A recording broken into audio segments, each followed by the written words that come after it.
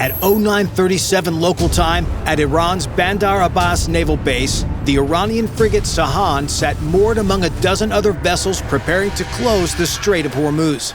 Unknown to the Iranian sailors, today was the day the U.S. Navy had decided every Iranian ship was to become a submarine. And it all started right here.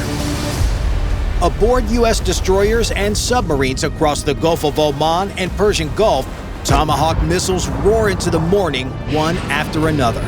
The Tomahawks at 30 feet follow waypoints plotted the night before around every vessel in the morning traffic schedule, each one buffered by at least 2,000 yards of open water. 12 miles out, both tracks cross the Iranian coastline, and Tor-M1 terrain contour matching finally has something to read. The system's radar altimeter catches actual hills and valleys, checks them against preloaded elevation maps, and snaps the fixed tide in seconds. Like driving through fog and suddenly hitting a stretch of road you've memorized. Back on Sahand, the NOR consoles are powering up. 4 minutes to weapons ready, maybe 3 if the crew skips the self-test. The TAO in Spruance's CIC watches the MQ-9 feed on the main display. 2 minutes to impact. Nothing he can do now but count. At 0955, impact. The feed whites out. When the image stabilizes, black smoke is rolling across the Sahand's pier. A secondary cook-off swallowing the harbor faster than the morning wind could push it east. The NOR launchers never fired. Now the clock is counting against the Americans. The second Tomahawk's DSMAC seeker, digital scene matching area correlation, is matching a live nose camera feed against a stored satellite photograph of the Sabalan's pier. Think facial recognition, but for buildings. It needs to see the same face it memorized from satellite photos. Clean pier, intact ship, specific geometry. If smoke swallows that image before the weapon arrives, DSMAC grabs the next best visual match. The burning wreckage looks more like a ship on a pier than an empty berth. Wrong match means the Sabalan makes it with her launchers cocked, loaded, and ready to rock. The smoke needs 90 seconds to clear. On the MQ-9 feed, 30 seconds, black. 45, the column pulling east. 75, thinning, the Sabalan's bow ghosting through. 93 seconds after first impact, the second Tomahawk punches through the Sabalan's bridge. The Sabalan survived a 500-pound bomb down her smokestack in 1988 and got towed home as a diplomatic gesture. 38 years of borrowed time collected in full. But 2 frigates are just the down payment. 3 miles north, a 755-foot floating drone carrier is already launching, and the TAO hasn't even exhaled yet. 3 low-slow flyers, military speak for drones and Cessnas and such, just appeared on the E-2D Hawkeye scope, departing the Shahid Ghahari's position at 185 kilometers per hour. Radar cross-section somewhere between a large bird and a trash can lid. Shahids, already in the air. The IRGC's floating drone stockpile, anchored 3 miles north of the burning frigates, has just been shoving Shahed 136s off the rails as fast as boosters can cycle. 3 gone. 3 more on deck with boosters armed. Every second that ship stays operational is another drone headed toward the destroyer, screen operating 30 miles offshore. 2 FA-18E Super Hornets from VFA-14 Top Hatters are pushing north, each carrying an AGM-158C LRASM, long-range anti-ship missile under their left wing you see here. Built by Lockheed Martin, the LRASM weighs 2,500 pounds, cruises just under Mach 0.9, and carries a 1,000-pound blast fragmentation warhead designed to punch through a ship's hull and detonate inside. It can be launched from over 500 miles away, roughly New York to Detroit, meaning the jet that fires it is back on a tanker sipping gas before the target even knows it's coming. But what makes it genuinely scary is the brain. Unlike the Navy's aging Harpoon, which needs to be told exactly where to go, the LRASM uses passive sensors and onboard AI to find and select its own target. No GPS, no data links, no hand-holding. The lead pilot releases at 40,000 feet, LRASM off the rail, and from this moment the weapon belongs to itself. No data link, no steering updates. A 1,000-pound hunting dog you can't whistle back, descending to wave-top altitude on passive sensors that listen for everything and broadcast nothing. The pilot is already turning west because 3 Shaheeds now have his full attention.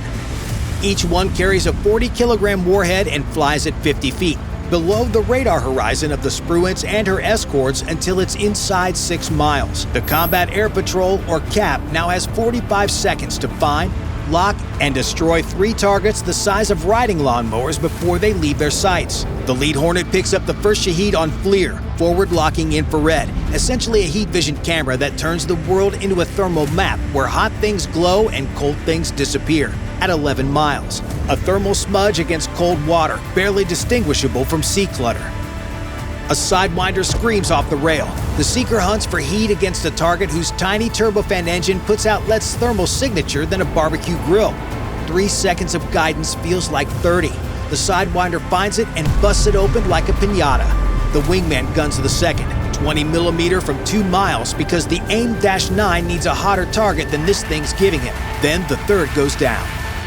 Meanwhile, 10 miles south and 1 minute behind schedule, the LRASM hasn't thought about any of this.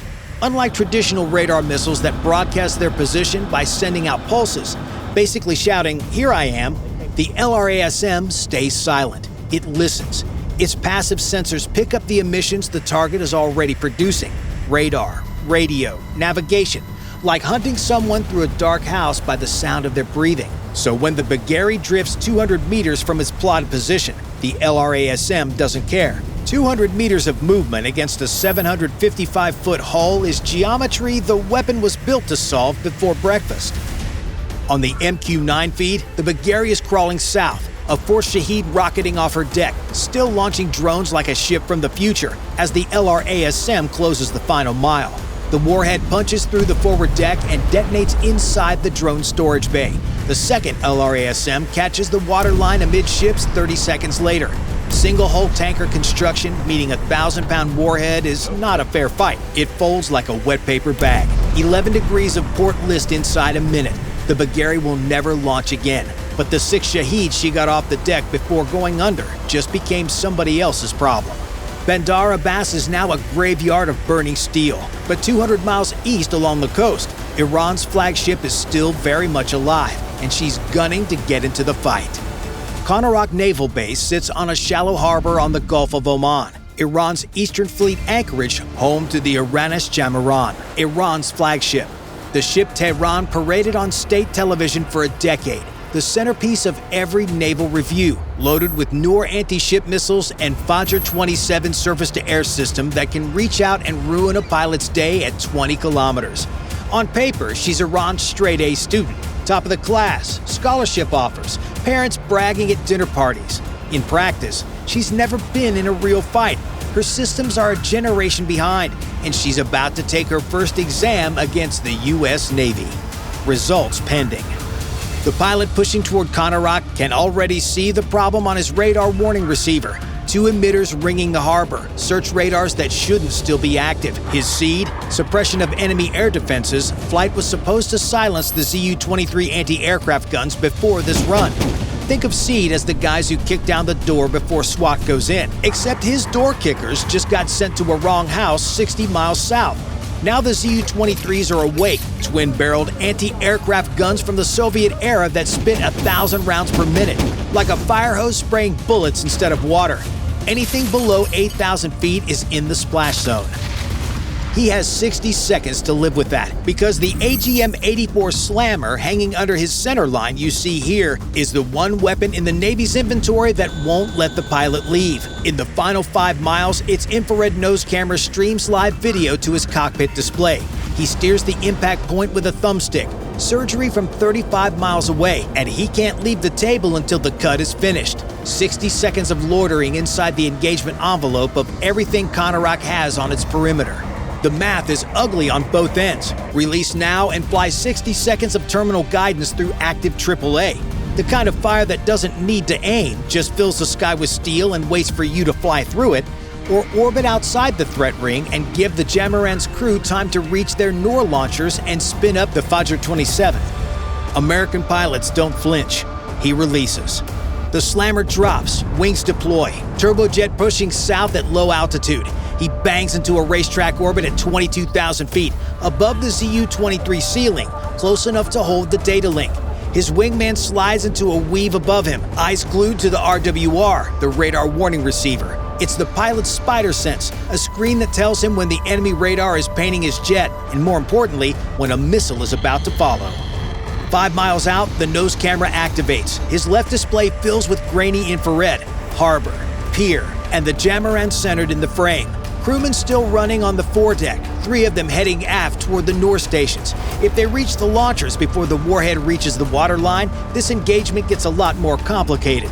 He slews the crosshairs aft of midships, engine room, thinnest hull plating on the ship, and holds. 3 miles. 2. He can see the crew reaching the launcher rail.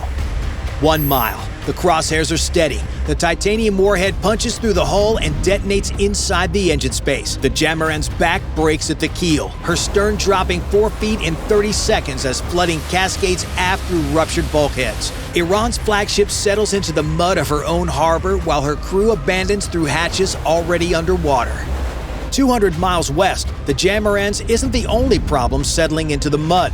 While the Slammer was threading the Contract's harbor, the VFA-41 Black Aces put 2 GBU-31J dams into the Iranian at Bandar Abbas, the converted tanker Iran uses as a floating Shahid warehouse. Engine room and aft fuel bunker, textbook hits. She's burning, she's not sinking, and that's about to become everyone's problem. The Macron is 228 meters of converted tanker hull built with watertight compartments. And a ship that burns without flooding is just the world's most expensive tiki torch. Her Shahid stocks sit under the forward deck, potentially intact. Worse, if she drifts off the pier, she becomes a fire ship in one of the Gulf's busiest anchorages. The lead Black Ace has 2 bombs left, a Tor-M1 between him and the target, and maybe 3 minutes before the mooring lines burn through and the Macron floats free. 3 clocks, all counting the same direction, and the Tor-M1, Russia's mobile short-range SAM system, basically a missile launcher on tank tracks that can relocate faster than you can parallel park, has him locked at 11 kilometers, 5 to 8 seconds from a firing solution. This particular battery had rolled 800 meters south of its pre-surveyed position during the opening chaos and parked between 2 concrete warehouses while every Tomahawk struck empty ground. His wingman doesn't wait for the call. Rolls in from 22,000 feet with a GBU-31, 2,000 pounds of JDAM on a 37-ton tracked vehicle, like swatting a wasp with a refrigerator. But it's the only weapon on the jet, and right now the math is ugly. 30 seconds of freefall against a crew that needs 5 to fire. The Tor-M1 crew wins the race. A 9M331 comes off the rail pulling 30 Gs. That's 30 times the force of gravity, enough to black out any human being, accelerating straight at the diving Hornet. The wingman punches flares and brakes right at 7 Gs. His G-suit clamps down on his legs like a tourniquet and the world collapses to a gray tunnel. Peripheral vision gone. Nothing but the HUD and the sound of his own breathing inside the mask. The 9M331's command guidance chases the flare bottom for half a second before reacquiring. Half a second of lateral offset at Mach 2.5 is 400 meters. The missile screams past close enough to rattle the canopy. He feels it more than he sees it. A pressure change, a shadow, then nothing. 4 seconds later, his JDAM erases the battery. Now the flight lead is already rolling in. 2 bombs. He pickles the first on the forward waterline frame. The hull breaches below the Shahid storage bay and the Gulf water rushes in from below while fuel pushes down from above. The second catches the port side amidships, spinning a wound the watertight bulkheads can't contain. The Macron settles by the bow, lists to starboard, and begins the slow roll that every sailor in every Navy recognizes. A ship that's finished pretending. 4,000 feet of petroleum smoke now blankets the inner harbor. Somewhere beneath it, 3 warships are still floating. And every targeting pod in the overhead stack just went blind.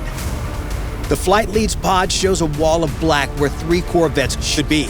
The Zagros, the Bandar, and the Nagdi are somewhere inside that cloud still carrying Nor anti-ship missiles. And 40 meters from the Bandar's port side sit the Kilo-class submarine Pens, 3 diesel-electric boats that could shut down the Strait of Hormuz if they got underway. He's got 2 options.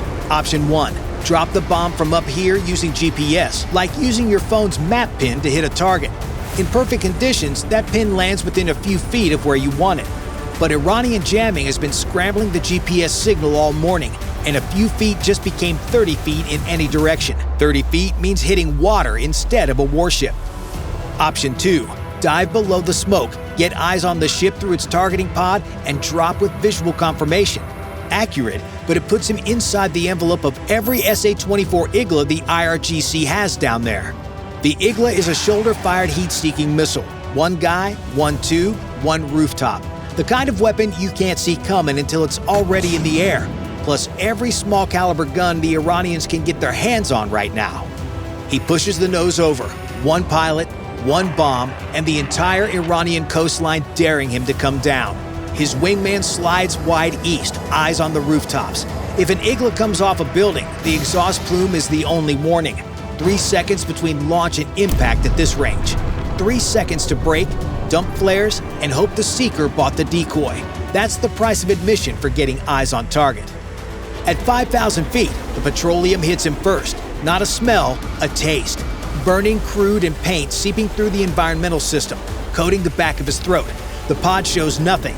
Black wall, horizon to waterline.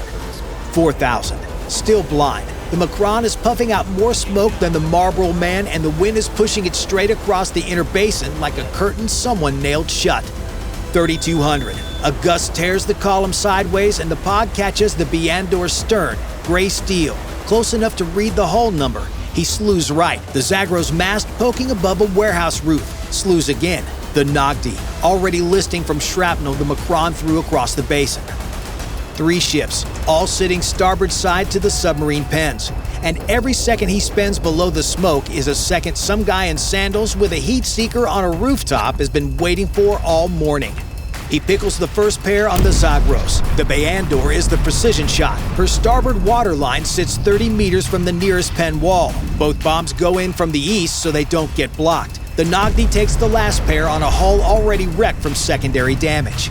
6 white flashes punch through the smoke in rapid succession.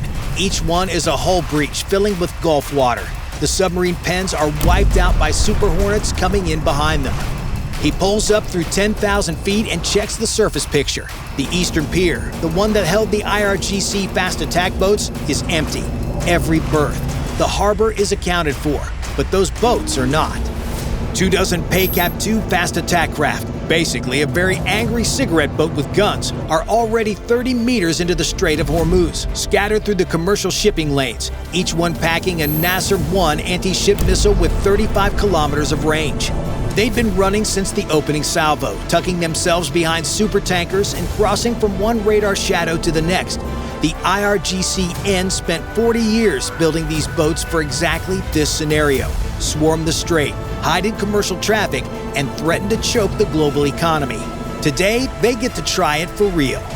An MH-60 Romeo finds the first cluster, 7 boats weaving between a VLCC and a Singaporean container ship. The helicopter pilot rolls in with an AGM-114 Hellfire, the only weapon precise enough to take out a fast boat tucked beside a tanker full of liquefied natural gas. He comes from the target through his FLIR turret, fiberglass hull, no fishing nets, weapons rail on the bow, and puts the Hellfire through the cockpit from 4 kilometers. 4 boats down in 20 minutes. At least a dozen more are still running.